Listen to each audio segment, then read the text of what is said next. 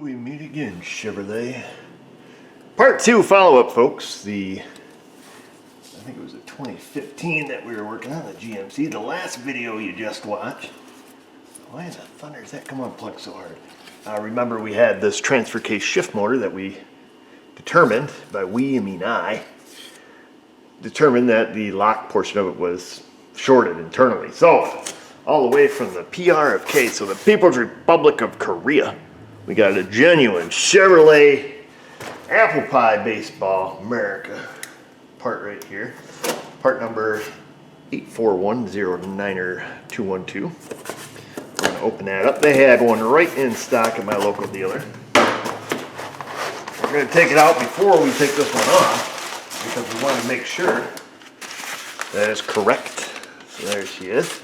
Let's get this down where we can all see and enjoy the unboxing. Some people's, wow, the lighting is kind of weird, but anyhow, open her up.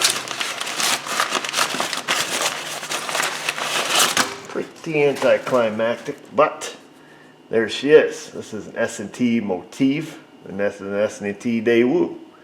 So whatever that means. Numbers are a little different, however it looks the same. So let's get at it. We will get what appears to be a Torx bit. Looks like there's 4 of them. We'll put it on, and I believe you have to go through a relearn procedure. We can always check with service data on that. Oops, not that size, fella. What do we got here? This is a T40. Oh yeah, what the heck? I thought that feels a little loose, but it's not a T45. Are those Torx Plus, perhaps? Either way, T40 seems to do the job that we're going to need to do. Shouldn't be that tight, I don't imagine. Famous last words. Find out how seized up they are. Nope, not bad at all.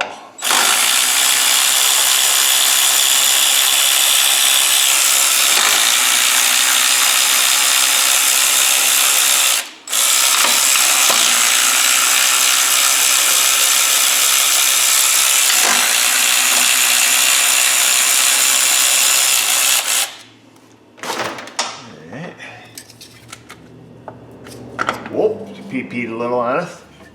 So she's a gear-to-gear mechanism there, and I believe this is why we have to relearn the position. This is a rotational sensor here. They work kind of funky.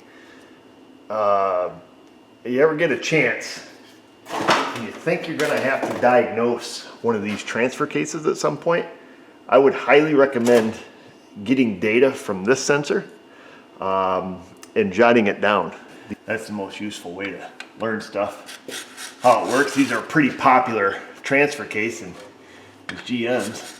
You can always get the theory in operation, but sometimes useful practical information is hard to find. It'd be really nice if some engineer would keep that in consideration when he's writing the papers, but I guess you can't have everything.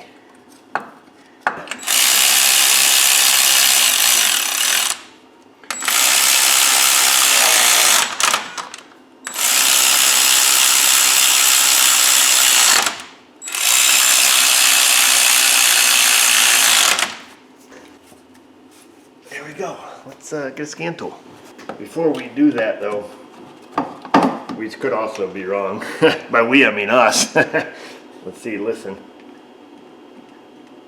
Alright, no more clicking, so that's good. It means we got it right.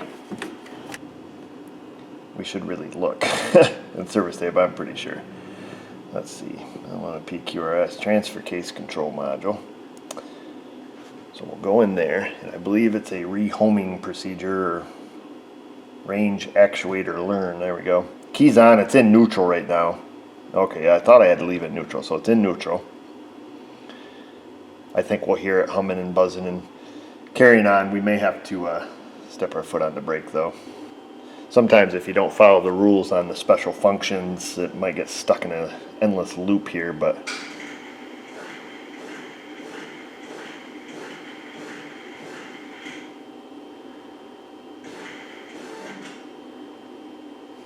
and we passed. Good to go.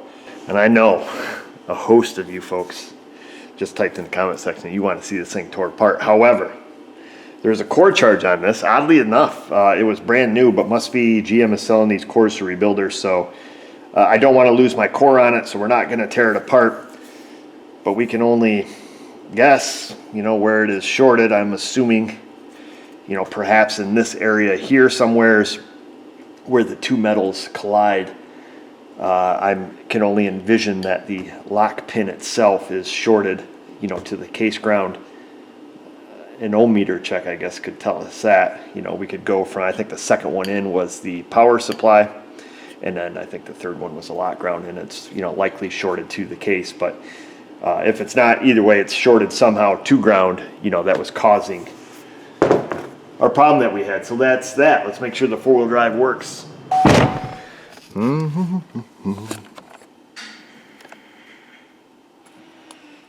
Front axle disengaged. She's in. We're in. Perfect.